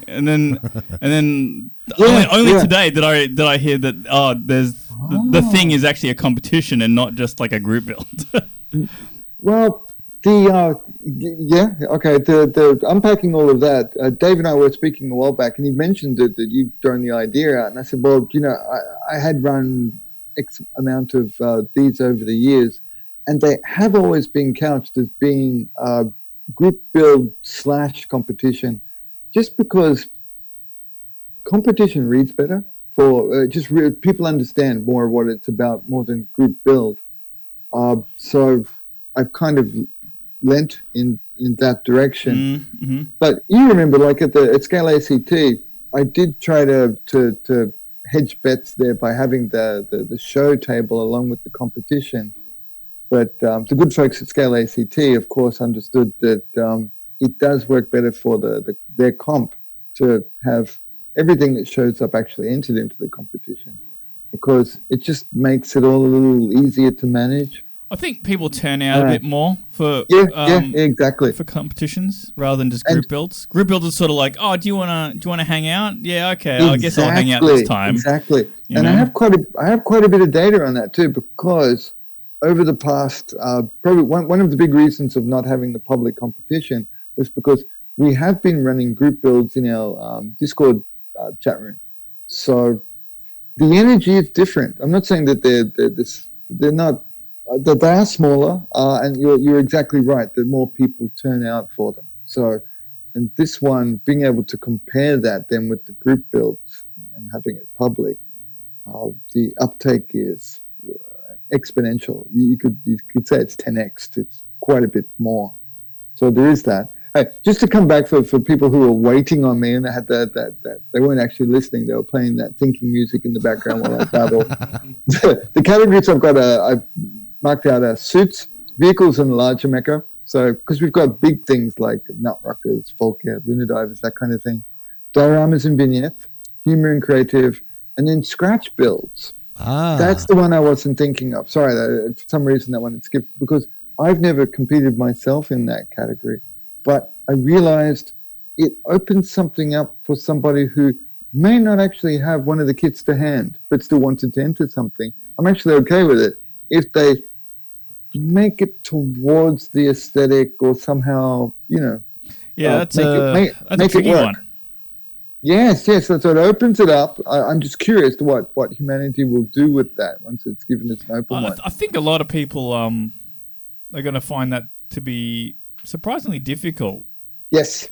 Because, it's easy to make blocky things when you're scratch building. Like, when you're doing, like, MAK scratch building where you're, like, putting a few things together to create a shape of, like, a ship or a suit or something, right? But it's always got to be curved, right? Because that's the MAK thing. Sure, right. Yeah, we'll see what they come back with. It's one of those things that I don't want to judge it based on my own limited faculties. Oh, yep. So if I put that as an option for folks, we'll see if it flies. And if it doesn't, we'll just chop it for next time. If it becomes a big one, then why not? We'll run with it. There's no cost to add it as an additional category. It's just another tab on the website, right? But if that floats someone's boat and they want to get into it, why not? And when I had you in mind, Julian, I was thinking of how I would explain the why of this. If I could just quickly zoom into that, if you guys are cool with the segue of topic. Sure. So, because it matches up why the categories. It's over the years, there's been a certain amount of both luck and opportunity that have helped shaped my career. And I say that both humorously and as a real insight and share that I understand and look back and think, it was lucky that I lived near Yokoyama Sensei. It's lucky that I happened to be in Japan at the time when these things were really kicking off and they were reinvigorating the brand from SF3D to Machining Krieger. So it's quite a bit of opportunity plus luck equals serendipity gets involved there. And a couple of the real boosters that helped me become more and more involved with it were actually competitions. And if I'd not entered them, I wouldn't have had the opportunity to show my works and get more involved with the people and end up speaking on the Bench podcast. So the competitions led to this. So this is also one of my ways of giving that back. What's helped me by giving it back to the community, it can maybe help some people on their little. And I'm wary of using the word journey because it's so overplayed recently, but it really does become a journey, doesn't it? When you start model making, maybe as a kid or even recently, to what you end up doing now and then in the future, it does become quite the journey, doesn't it? Yeah. So, is competitions as popular in Japan as they are out here in the West? Okay, so and that's the next one that I have a little bit of a challenge because all of my experience with those the so-called they were never called competitions. They do have them, but anything involved with Machining Krieger tended to be called they call it off-kai, and it just means a grouping, like a convention almost. Oh, okay. So so it's kind of like a Comic-Con or what do we call the versions that we get in Oz? The ones that it's a Macacon. Yeah, basically more or less MAK-Con. Yeah. So they wouldn't be competitive. They didn't have categories, but they did have 3 winners from each year. They would mention the 3 best items that were on show, plus a people's choice. So everyone who came in got a vote. Oh, yeah. And I used to joke around with my mates and say, look, people's choice this year will be this one. And they go, how can you always pick it, Lincoln? Because it's the biggest one. That's the one. When people then ask for their vote at the end after they've trolled around the room, when they're walking out, they go, yeah, I remember that one. It's just that's a cognitive bias, right? We remember big honking things. Yes, That's true. Yeah, it is just a thing. It's never a slight on the people who made it. I just joke and say, yeah, you've got it this year because you got the biggest thing. Yes. Well, phrasing, Link, phrasing. But so adding the categories and giving it the vibe to also be somewhat like a group build is possible, but in the Western mind and being this being global, competitions are more prevalent, they're more common. So calling it a competition, giving ranks and a couple of prizes, I think helps for the Western mindset to grapple their mind around it. Yeah. But truthfully, my Japanese friends, they were quite competitive with it too. Very competitive. Well, So they were. I Like think- when you showed up, there was quite a bit of argy-bargy for where you would display your stuff. right. No one would want to sit up next to Max Watanabe-san, for example. Well, And in my first newbie year, I didn't know, but I got lumped with all the Gunpla pros. So I didn't know them by face. So it wasn't until I was introduced to them I went, "Oh, you're that guy." Oh wow. And they thought I was some overseas pro who'd come in to. Yeah, that was the funny one too. They were going there, Lincoln. This is not a professional show. We know what you overseas guys are like, coming in to dominate and collect medals and stuff. But that's not how we operate here. I reply in local Japanese, right? I say no. Actually, I live up the road. This is my first competition. So that was quite the moment. That would have been. Yeah. So I'm sorry that went long, but do think of this also. If you're not particularly competition minded, it's really not about winning. It's about the framework, the scaffolding that it lets you fit into to finish a model. I mean, it gives you a reasonable start time, a couple of ideas for the kickoff to fit into a category, and then a conservative end time. And many of us need that kind of little bit of help to get models finished, right? And, Yeah, I do and agree, why yeah. not? So yeah, you don't have to even think of it as a competition. You can consider it to yourself a group build. Yes. Why not? I think it's a great idea. Now, let's just put the competition talk aside for a moment, because I want to go back to the beginning of the year. I was very... Thank goodness that didn't go to the nude photo question. I hate it when that comes up. I was very, very chuffed and blessed to get a copy of your report, Volume 3, the Gruberhund. And we were going to have you on the show, and then you and I said, no, let's hold off until we get the competition. You get the competition organised, and so we've completely missed talking about this fantastic little Which I've got a copy your too. book Yep. out. The MAK Lincoln Report Volume 3 Gruberhund. So our German-speaking mates, they'll be quite upset with that, because we always say it wrong. Yeah, but this is the OTB podcast, right? Yeah, And not be upset if we pronounced it correctly. Yeah. So mine is still probably wrong enough, but at least it's probably a little closer. So the way I've heard it pronounced is Grosserhund. Yes. Okay. Yes. And Grosserhund. but my German mates, if Richard, if you're listening, buddy, he says it so much better. Everything he says, like Heimscheißer, always sounds much better coming from the German. But yeah, Grosserhund, I have been really busy and quite prolific. Besides talking about models, I make them too. Yes, and you actually, and not only that, but you actually do a beautiful book to actually demonstrate how you do it. Yes. Hey, have you had a bit of a read of the law yet? Yeah. Yes, I have. Which Wait, you're going to quiz me, are you? No. I'm just. Did anything stand out that you liked about the law this time? Because this was a big, with being my third one out and having some good back and forth with the community. I figured out people wanted to know more about the stuff and less about the idiot. So, For me, I was very pleased to see that, because MAK for me was still a bit. I had some question marks around it, and Yeah. a lot of the of the backstory that you put in there sort of helped fill some gaps for me. So I thought it was, personally, I found it as a good mix. Cool. Thank you very much, Dave. I don't have the book or any of the books, and so I haven't read it because I don't buy books. I don't buy books. All right, it's nothing against you personally. I just don't have the space all the time. I've got. Would you buy it digitally? No, because like I said, I don't have time for books per se.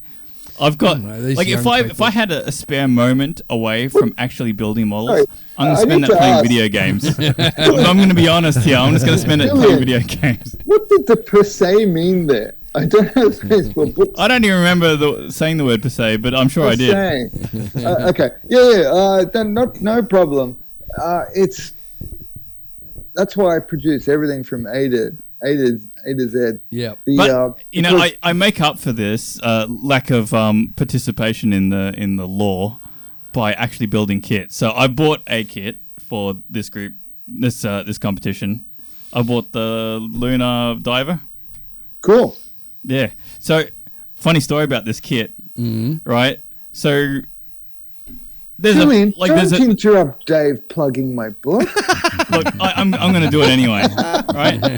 No, kidding. So, Julian. you know how generally the Hasegawa MAK kits are pretty expensive in Australia, right? Oh yeah.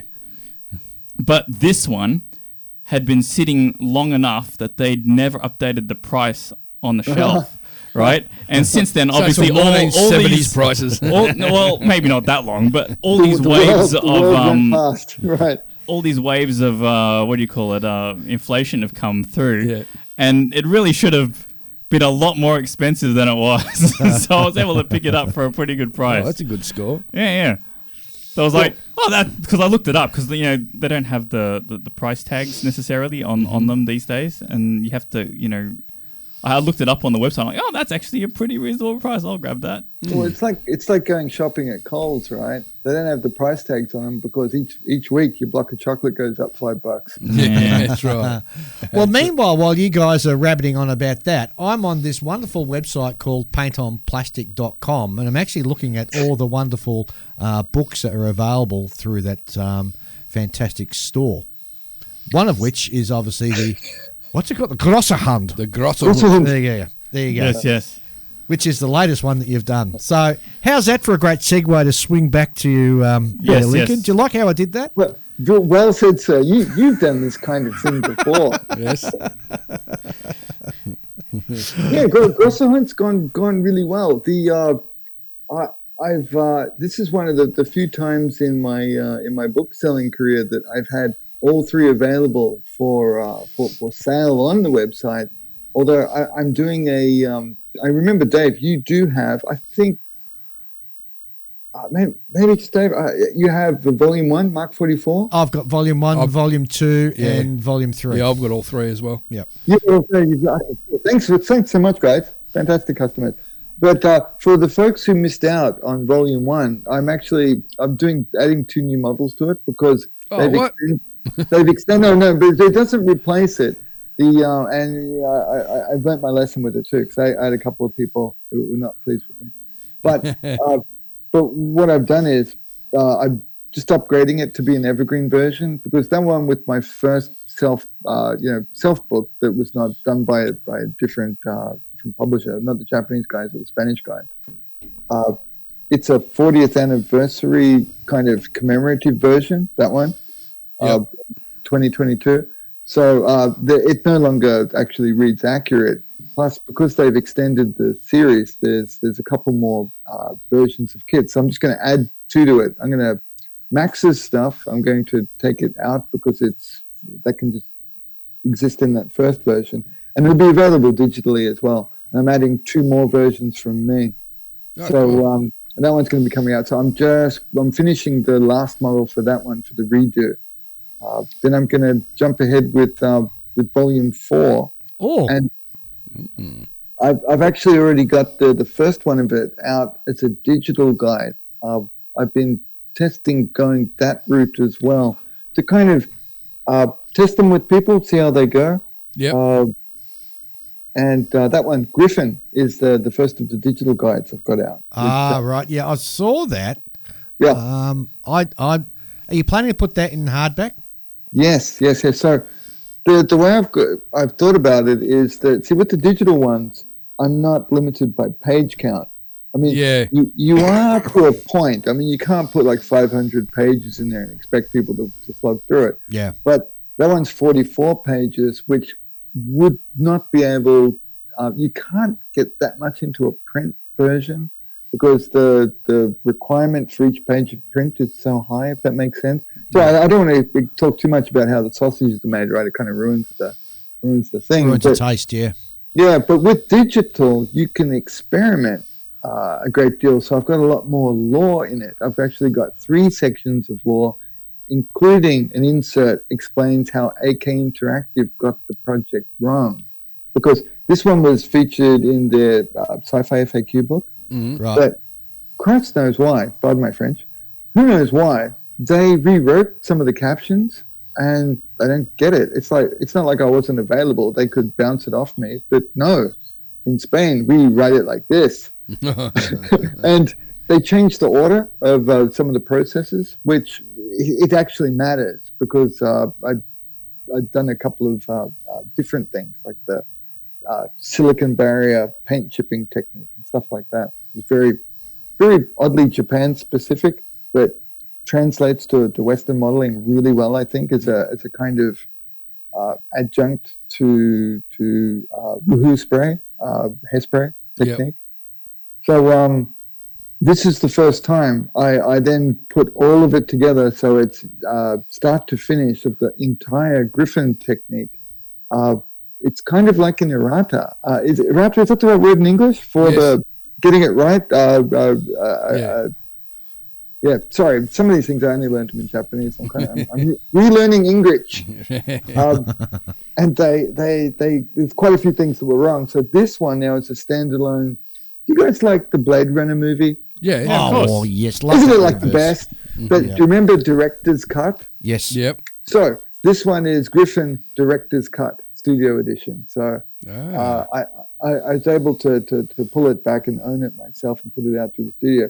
So there's more to it in the Director's Cut that I can do digitally that will be able to eventually make it to the Volume 4 physical print. Very cool. Excellent. Yeah. No, that was an overly. Remember at that time? Remember way back at Bandcamp when I promised I would be concise and on target, but there's so much to say. I know there's so much to say. So just circling back to the MAK competition, you've got some judges. Any names you want to drop there? Nah. Okay. Yeah. Okay. Because on your page you've got free to enter, judged by legends. I'm just wondering who the legends are. Judged by legends. So they, hey, I offered you guys. You told me to F off. No, kidding. Yeah. I wanted to bring in some folks who've been either they've been building the stuff for a long time and have a different take on it. But are also reasonably connected into the comp world and have some expertise across genre as well. Yep. Because that helps to leverage me. I'm pretty siloed. Like, I mean, I know Maschinen Krieger crazy deep, right? I mean, I've actually worked for the property for what year is it now? 2025. Yeah, so it's about like 15, 16, something like that years. So I brought in, asked and invited, and they very graciously said yes. So we've got also TJ Haller, which is a name I like dropping on podcasts because fans get happy and the podcast hosts get upset. But it's a double win. What do you mean they get upset? TJ's a good bloke. Everybody's good mates with TJ, so I love dropping the name and like on the what's it, Rob on the Modeling Insanity podcast. I'm glad the reaction I get over there if I drop TJ's name. And Mr. Grant Mabry, who he's really well known. He does figures, vehicles, much better. Grant is Grant's one of those model builders who's like a quiet achiever, and Yes. He is, although he's well known from on Triple P and all that. The stuff he does is, I don't want to say underrated, but it's not elevated up as high as it should be, because he's a cracker of a builder and a modeler. That's what I'm doing, man. Good on you. I'm bringing the Grant game. Good on So, you. and the inside story is Grant and I go way back. Oh, do you really? Yeah. So I've always wanted to be able to give Grant more of that sort of opportunity, and I wasn't sure if he would be okay with me throwing this one to him. But he just immediately went with it. He went, yeah, cool. That sounds like a great idea, Link. I first met Grant in Omaha, and we just clicked right away. We had great long conversations. And so I'm really jealous because similar life histories. So yeah, it was good. I've had the opportunity to actually meet Grant in person. That's why Dave and I, in our offline chats, I've actually spoken with Dave about this. That my secret burning desire is to get over to the US to some shows. Yeah. Oh, yeah, definitely. Meet some of these people that I've been friends with forever. Back when I was young and had hair, to go over and show them the now not hair version, and share brisket with them. So Yes. Well, you and I are going to put our heads together and figure out a time to travel over there together and pick our show that we want to go to, because there's there's some great shows over there. I mean, not only Nats, you got Amps, and but also Wonderfest, which is a big show that does lots of sci-fi and sci-fi stuff. and space, and I imagine that Machine Krieger would fit really well with that. Yeah, they'd be nuts over Sure, Machine sure. Krieger. Over the years, I've spoken with people from each of the shows, and yeah, Wonder Festival comes up. Wonder Fest in Kentucky, right? Yes, Louisville, Kentucky. Comes up quite a bit. Yeah, so there's them. There's two different mecha shows. There's I think at least two different ones in California, another one in Texas. Outside of the normal kind of IPMS bracket. So yeah, they've got loads of shows. I'd love to get over and we're going to have to pick our target and be very judicious in our strike. And each one of them, it has to be then co-located with a In-N-Out or Five Guys or just some sort of good burger chain or a barbecue outlet. Oh, mate, you and I, we're brothers from another mother, because I've got to say, I could sit and eat burgers every day. One of my buddies, he sent me, and it was just road trip food. It was a pulled brisket sandwich. Sandwich. And he spelled it sandwich. And I was like, dude, you had me at the sandwich. So I think that would be fantastic. The other thing I want to go to is the museums, because I know there's all the sci-fi. I talk sci-fi endlessly, but I love airplanes, and it's that cutting edge of aeronautical science that really floats my boat. So going somewhere that's got the Blackbird and a bunch of those high-end aircraft. Well, X-15, come on. I've been to all their majors. I mean, the Americans, God bless them, they may have some of their faults, but some of the best things they do well is museums. I didn't say that. I did. But what they do so well is museums, and oh my God. You and I could just spend a month over there just going through the museums. That's again, my let's call my sandwich mate Greg, because that's his name. Because that's his name. Greg, part of the reason he got his pulled brisket sandwich was because he was going to Houston, and he went to one of the NASA museum places, and he'd sent me a bunch of photos for sci-fi scratch building purposes. I'm like, dude, no, I want to go there. Yeah. The photos were well and good, but no, I need to go see it, because they've got the Saturn V rocket, right? Oh, it's down at Kennedy, down in Florida. It must have been one of the versions that they didn't launch for the secret missions to the alien bases on the dark side. So they have that. it's in this big shed, Yeah. right? This is massive shed on its side, and it's got stenciled onto the side the artwork of the Saturn V, which just seeing that is just amazing to me. Yeah, Saturn V. Well, shed. Next And year. it's the whole rocket inside this big building. Next year, I'm heading over, and Kentucky Dave is going to spirit me away to Huntsville, Alabama, and we're going to check out the rocket farm down there. So I'm very excited about that. Yeah. Because I recently ingested a book by what's her name? She wrote a book on Operation Paperclip. Oh, it's pretty famous. Your friend, our friends listening to this instantly know Annie Jacobs. Annie Jacobs. Yeah, that's her. And it's fantastic. And Huntsville, Alabama comes up a fair bit. Yeah. And I have, you can imagine being quite into the space thing. I've got some friends from there who I've met here in Sydney, Australia, who've traveled from there and can't tell me what they work on. Except that it's spacey type stuff. Yeah. I'm like, man, show me where the aliens probed you. Now. So definitely, I'm 100% on board for those kind of things. One of the things I wanted to get as ready as possible, and I'm sure people listening, this is not some, I want to say just as honestly as possible, I knew I need to get, I've got to pay for this, right? So I need to get as many product offerings available as possible that I could also sell whilst on the travels to pay for these trips. Yes.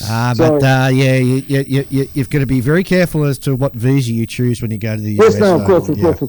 No, but again, I'm all over that. You can imagine I can show you on the teddy bear. I've been touched. So I'll make sure everything is all above board and okay to be done. I can work through local partners and get some print on demand and blah blah. Very good. All that's covered. But I need to make sure that I have enough products that cover enough of a range that are interesting to a broad enough segment of folks. Yeah. So that's one of the other reasons. Not only do I love the full kit, it's probably my favorite ever model kit, and I've made 5 of them so far. And that's before the book. So coming into the book, I'll be able to finish up that number with probably saying 10. So having a kind of aviation themed one as well for one of my volumes, I think would be good to get that done before going, say, on a tour to the US, because I know my US buddies like their airplanes too. And the airplane's done wrong by Lincoln Wright. You know, I do think it is a bit of a shame that there aren't any kits of like the MOK universe larger ships, right? Yeah. Robot. They're mostly done by the niche resin kit folks. Yeah. I did come across one of those once upon a time. I thought, that looks cool, but I'm not going to pay that. Do they do any naval subjects?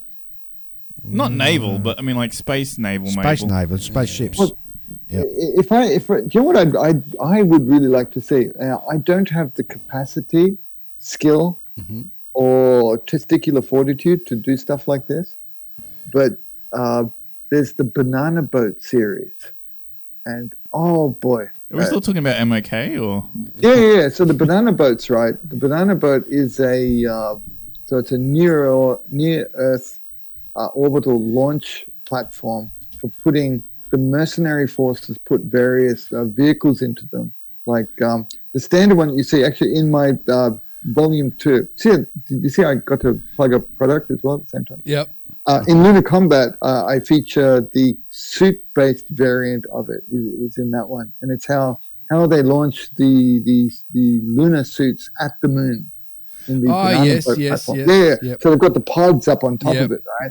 Now, the top section, you could say like the second and third stages are interchangeable. So they launch the Camel in a larger pod.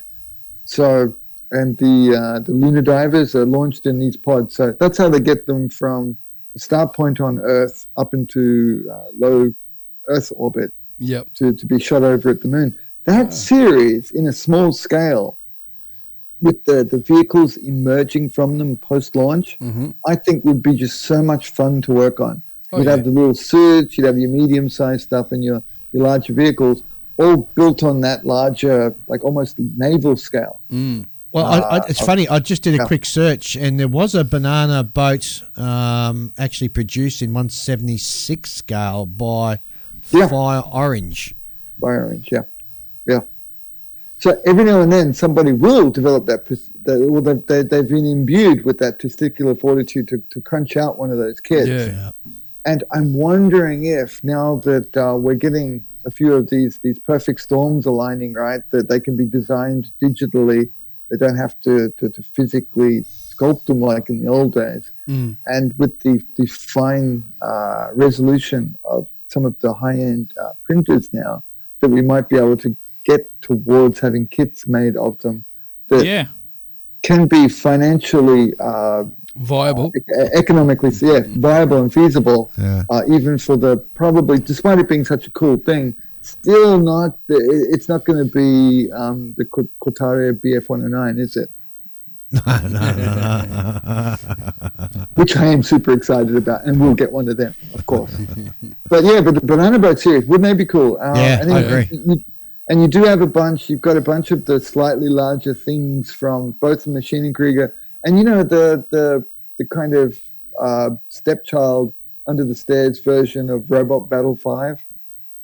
They've got some big stuff too. That's what the Mark 44s, a purist would say they belong to that world. Right. They're just Yokoyama-san stuff. Yokoyama Sensei. So man, saying in English is really hard. All right, so let's circling back to the competition. Once again, where can people go and where can they find out about it and all the details for when it starts and finishes? Okay, so everything you want from me, you go to paintonplastic.com. I make it so that an idiot like me can follow the breadcrumbs. If I can do it, anybody can. Now, the actual the page for it is then linked through. I've hooked it up. I actually had to upgrade my store because I don't know if you guys remember, but way back when, I enabled a store off my blog, and it was very limited, single currency, and it was pretty clunky. I actually had to pull my finger out and learn how to be a proper online shop. So I've put it inside that one because that's the one that's going to outlive everything going forward. Did you guys run your own website and have to deal with all of the ins and outs? No, we're not that professional. No. Don't go there. It's if I do, I'll come to you. It's quite a thing. It's quite a thing. So anyway, so anybody who knows about running stores and stuff, it's not cheap, but Shopify, if you've heard of them, they do a really good job. Their stuff works really well, but it is complicated versus the one that didn't work well. So I've got everything on that end. So that one's actually at the store, and it's a tab inside the store. If you go to paintonplastic.com is the one you need to remember. Yep. If you just put store in front of it, store.paintonplastic.com, all of the easy stuff is there, and the MAK 2025 competition is just a pull down there. Yep. And you can read through all the rules, throw your email in so that you don't miss out. Yes. It's the best way to be involved. Wonderful. It actually came out okay. It did. You got that right. Well, I got one thing right today. Well, here's the final question before we bid you adieu. You coming to Scale ACT this year? Yes, of course. I'm already booked. I'm going to be doing a talk and an upgraded booth. So Nice. I've already talked with Does the boss play? Does the boss? Yeah, okay. Peter. Someone else said it. I was going to say, did he put his name out there in public? Because I know his FaceTube name is different. Yeah. Well, if you just say Peter, it's fine. Okay. Yeah. Peter's cool. Because when I saw his name on bloody Facebook, I thought he was a fancy imported model. So when I met him, I said, mate, you're Peter. He's such a good bloke, isn't he? Oh, yeah. We've had a bit of a chat because, I want to make sure I'm still welcome. Just in case. I don't know. There might have been complaints. What you mean after last year's shenanigans? That's just it. Because I don't clearly remember the shenanigans. That's why you. Well, do you want us to share them on live now? No, we better not.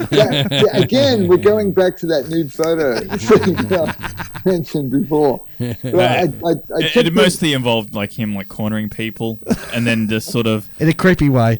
No, cornering them and then talking about MAK, you know. Your true Lord and Savior. You're saying this kind of nonsense about Peter for two reasons. No, we're talking about you. Yeah. Peter's a top bloke, and he's way bigger than all four of us put together. So let's not go there. Yes. But yeah, so I checked in with Peter, and so I'm definitely on for doing a talk. And this year, because I have got my act together, I don't know if you remember last year, but yeah, last year was a schmozzle. I hadn't been able to get Hund ready in time, but I've actually I've got a little bit of help. I know you've been saying that for years, Dave, to get some help. So I have got a little bit of help. So I've expanded my ability to get things done on time. So I'm actually going to try to do a bit more of a, taking a note from the I was going to say a page from the book of you guys, but you guys don't make books, and that would sound stupid because I'm the one who makes the book. I was going to yoink from you guys and do a more pro-looking table. I love those little the tablecloths and yeah. And I was going to do this one just because I know it would both annoy and amuse Dave no end. I was going to get some of those flags that point and say, and go, get your stuff signed by the guy is there, kind of thing. And I just know I can look across the room in my mind now and see Dave looking at it and shaking his head and going, that guy. You did it. Well, you'll be very impressed because I've got a tablecloth which just arrived. It's funny if you talk about this. Just arrived just the other day. So our setup is going to look very schmick and professional this year. Well, I think it's this. This is the year where we go. How do you pronounce that word properly? Schmick. Schmick. Yep. You've heard it. You've heard someone else, a real human, say that. Yes, we used to be the lingity back when we were teenagers. That's right. Oh wow. Okay. Schmick. Well, you being a foreigner wouldn't understand that. You didn't grow up here in Australia. Well, to have other Australians call me a foreigner is it's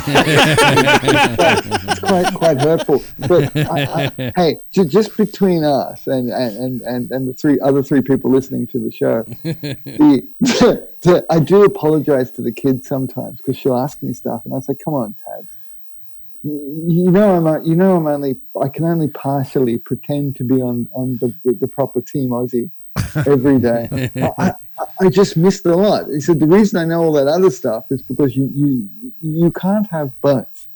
The sum total of your exposure, and sadly, you do miss a lot of things. Yeah. But you gain other ones, and you get to bring it back and share it with your accursed kind." So there is that. But, I love those jokes. They're so good. They're so Aussie too, aren't they? Oh, yeah, definitely. Yeah. And I deserve it. So Schmick. Yep, Schmick. This year's the year of Schmick, 2025. That's it. Schmick. Yep. Schmicked up the wazoo. I'm looking to improve my Schmick rating as well. It's probably not the way to use it, but yeah. Very cool. I'll bring my Schmickometer along. We'll have a Schmickathon. We've ruined it. We've not schmicked the schmick. Taking the schmick out of schmick. Yes. All right, fantastic. Don't forget, if you want to go and check out the fantastic competition, go to paintonplastic.com and check it out. Easy. Have a look at the fantastic store there that Link has got. You can have a look at volumes 1, 2, and 3. And buy them. And if you can't track down... Did we talk about kits? Because I sell kits I was just letting on to that. Sorry, man. If you do not have a hobby store near you and you're desperate to get yourself an MAK if you kit, have a hobby store. kidding. Go and check out Paint on Plastic Store, because not only has Link got you covered with guides and lovely books, but and digital versions as well, but he's also got some fantastic MAK kits available for you as well. The duckers up. So see, most folks if I can just pile onto that, please. So, over the years, so many friends have reached out, "Hey, Link, that's great. Yeah, you make it look good. Ha ha. Now, where can I bloody buy this stuff?" Yeah. And Hasegawa gets some distribution, but Wave and Kyoto, none. So often if you miss the drops, that's it. So I know them, right? So I reached out and said, "Can I buy some wholesale, please?" And they were like, "Yeah, we sell kits wholesale." So yeah, so that happened, and now I sell like a lot of kits. Yeah. So Hasegawa, Wave, and Kyoto. I'm not Amazon, and I'm not HLJ. I'm still running it as a select. I don't know if we call that. Again, it's something I'm not experienced in Australia. My wife calls it a select shop, and it's something that fancy people, that the four of us probably aren't. It's fashionistas go along to a certain shop because they'll collect a bunch of stuff. Yep. And sell it. What do we call them? I don't know. I've never been that kind of. I don't know. I've never been a purveyor of fine goods. So, but she said, "Yeah, what you do is a select shop." So I'm like, "Yeah, Monkey Man remembers select shop." Okay. I use select shop. So I sell what I think are the good ones, and knowing them, I know which ones to go heavy on and kind of over order, because I know they'll be popular over time. And so far, it's been going pretty well with that. Well, it must be, because I've seen a couple there are sold out. So I can't get a sea pig off you because that's sold out. I can't get an ammo night. It's sold out. And there are there's Link version 1, 1.2, 1.3. So I'm learning how far up I can go with that, because I keep getting surprised how many I can sell. Yep. Like this recent one that I let go put out there last night, yesterday morning, is the Gucker, and it's the first time it's available as a standalone from Wave. And I think Nico maybe did a kind of version, but it was one of the versions that I missed by many years, and just it was never available again. People hold on to it, but that one's now available as a standalone kit, and that's probably been one of the biggest releases that I've done. I think it's been up for about 24 hours now. That was a really good one.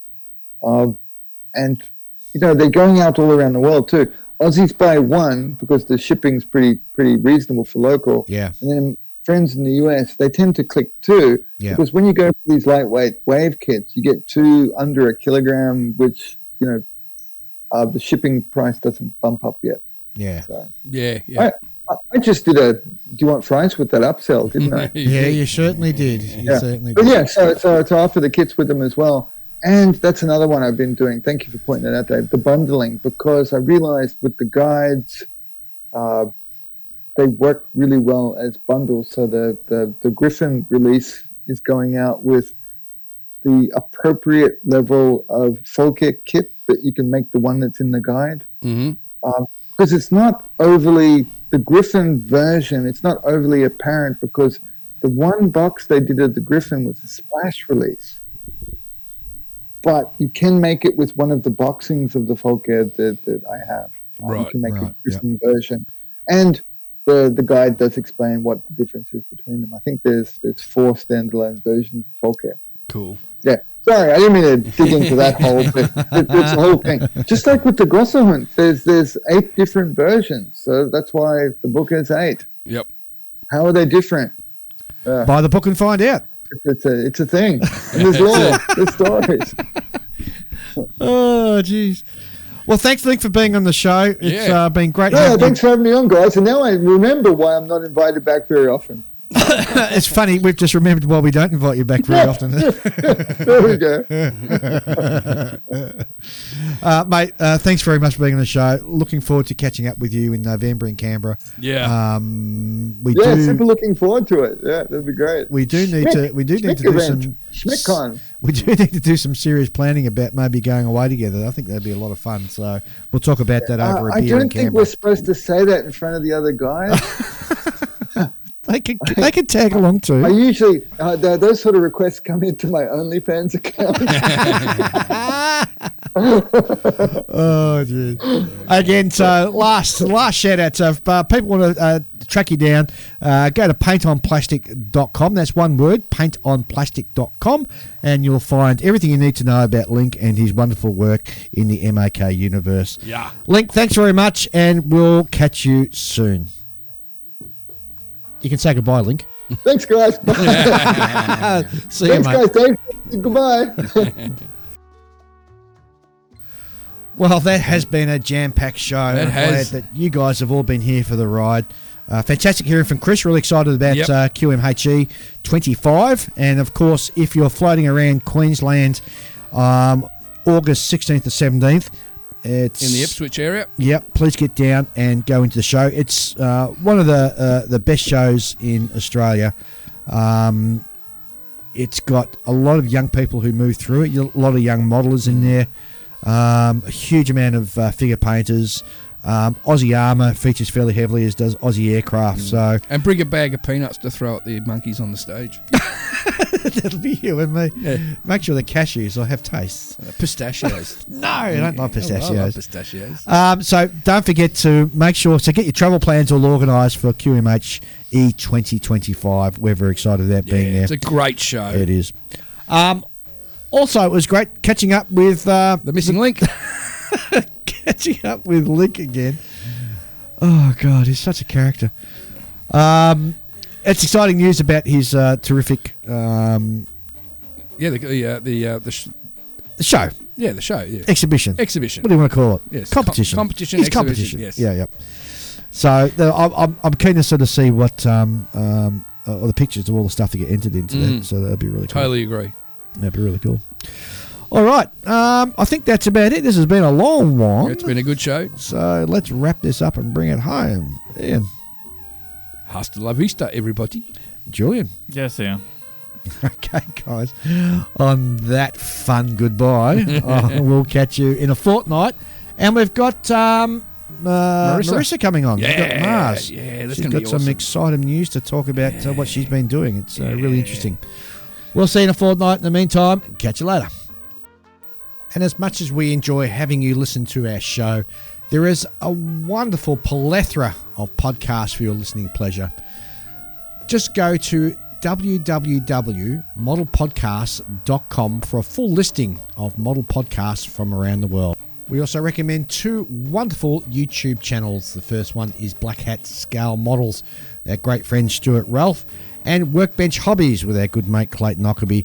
Go and check out those two channels and help push their numbers up as well. I think they're both looking for 10,000 subscribers, so go and lend a hand. They've got some fantastic content. Thanks very much. My name's Dave, and I'll be back with you in a fortnight.